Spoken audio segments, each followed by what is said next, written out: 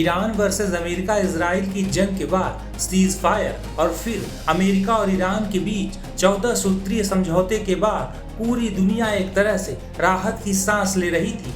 लेकिन Hormuz strait के आसपास सिंगापुर के कार्गो जहाज पर हमले के बाद हालात एक बार फिर तनावपूर्ण हो गए हैं।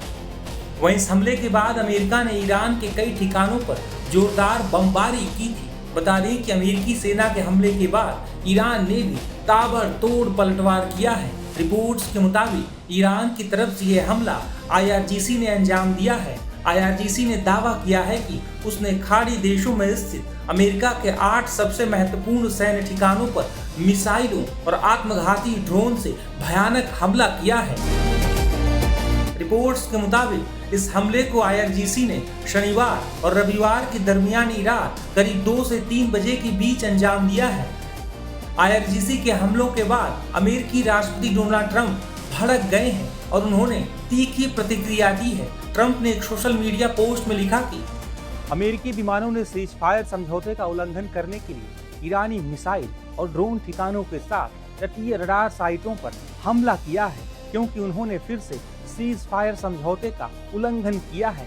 अब एक ऐसा समय आ सकता है जब हम और समझदारी दिखाने की स्थिति में नहीं होंगे। हमें सैन्य रूप से उस काम को पूरा करने के लिए मजबूर होना पड़ेगा जिसे हमने बहुत सफलतापूर्वक शुरू किया था। अगर ऐसा होता है तो इस्लामिक रिपब्लिक ऑफ ईरान का अस्तित्व खत्म हो जाएगा। मिडिल ईस्ट के मौजूदा हालात और अमेरिकी राष्ट्रपति डोनाल्ड ट्रंप के इस धमकी भरे बयान के बाद जानकारों का क्या कहना है, आपको सुनवाते हैं। एक तो फिलहाल ईरान ने अटैक किया, अमेरिका ने वापस अटैक किया, तो इससे ऑब्वियसली स्ट्रेट ऑफ हॉर्मुज की शिपिंग फिर रुक जाएगी, जो थोड़ी बहुत खुल रही थी बीच में, क्योंकि कोई भी शिप का मालिक बिना इंश्योरेंस के अपनी इतनी महंगी शिप $100 मिलियन की गल्फ में नहीं भेजेगा, और कोई इंश्योरेंस कंपनी इंश्योरेंस नहीं करेगी। उसे पता है वॉर जोन है, जैसे एक कीकू ये था, टैंकर उड़ा दिया गया।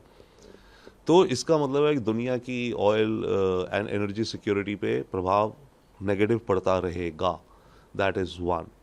दूसरी बात, जहाँ तक ट्रंप ये कह रहे हैं कि मैं बहुत बड़ा अटैक भी कर सकता हूँ, हाँ कर सकते हैं, पर क्या वो ट्रंप करने की हालात में हैं? उनके सामने दुविधाएं हैं बहुत बड़ी मेरे ख्याल से। उसने खुद कहा है कि अगर ये जंग लंबी चल गई तो दुनिया में इकोनॉमिक डिप्रेशन आ जाएगा, जैसे कि 1928 में आया था करीब 100 साल पहले, और उस समय प्रेसिडेंट थे हर्बर्ट हूवर, उसको ब्लेम किया गया था। तो ये बोला कि मैं हर्बर्ट हूवर नहीं बनना चाहता। तो क्लियर है कि ये ऐसे कुछ कदम नहीं उठाना चाहता जिससे दुनिया में और अमेरिका में डिप्रेशन आए, इकोनॉमिक डिप्रेशन आए। परंतु बातें अब करे क्या? इधर ईरान इनके सामने झुक नहीं रहा है, बल्कि और ज़्यादा अपने को एग्रेसिव किया जा रहा है। इधर अमेरिका के अंदर मिड टर्म इलेक्शन आ रही है, जो कि ट्रंप की पार्टी हारने के कगार पे है, सीट्स जो है हाउस और सेनेट में। अमेरिका में इकोनॉमी में इन्फ्लेशन आ रही है। ट्रंप का अपना बेस बढ़ चुका है और बढ़ता जा रहा है कि हम इजराइल के लिए जंग क्यों लड़ रहे हैं। तो इन सब प्रश्नों के सामने अब ट्रंप करे तो क्या करे? अगर वो मासिव अटैक करता है तो क्लियर कट विक्ट्री तो फिर भी नहीं मिल रही। उन्होंने पूरा प्रयास कर लिया था। अब क्या करेंगे? अब इस लेयर के सुप्रीम लीडर तो शायद कहीं छुपा हुआ है, पर अराकची और गिलदाफ जो भी हैं, क्या उनको मारेंगे?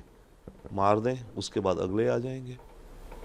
दूसरी तरफ ईरान ने बहरीन पे हमला किया, स्ट्रेट ऑफ हॉर्मुज से जुड़े मामलों में कैसे देखते हैं? देखिए, ईरान ने जो बहरीन पे हमला किया, इसको मैं ये भी देखता हूँ कि ईरान की ये मिलिट्री कैपेबिलिटी इंडिकेट करता है।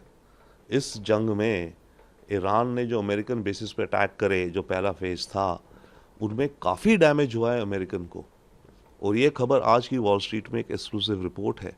करीब 20 ऐसे अमेरिकी बेसिस हैं सऊदी अरेबिया में, कतर में, एमिरेट्स में, बहरीन में, जिन पे अटैक हुआ और मेजर डैमेज हुआ है।